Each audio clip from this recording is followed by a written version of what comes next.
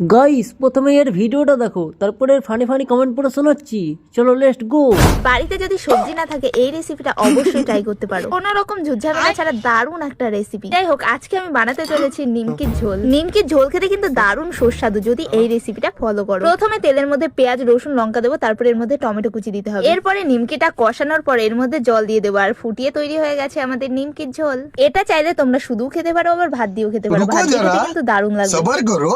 तो चलिए शुरू करते हैं। হরপ্পা সভ্যতার সময়ের বটি,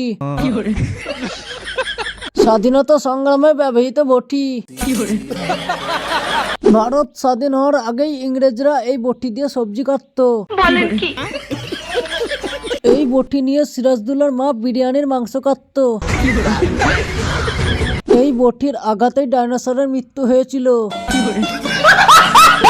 বটিটা দিয়ে দ্বিতীয় বিশ্বযুদ্ধ হয়েছিল। এটা বাড়িতে না, মিউজিয়ামে থাকা দরকার।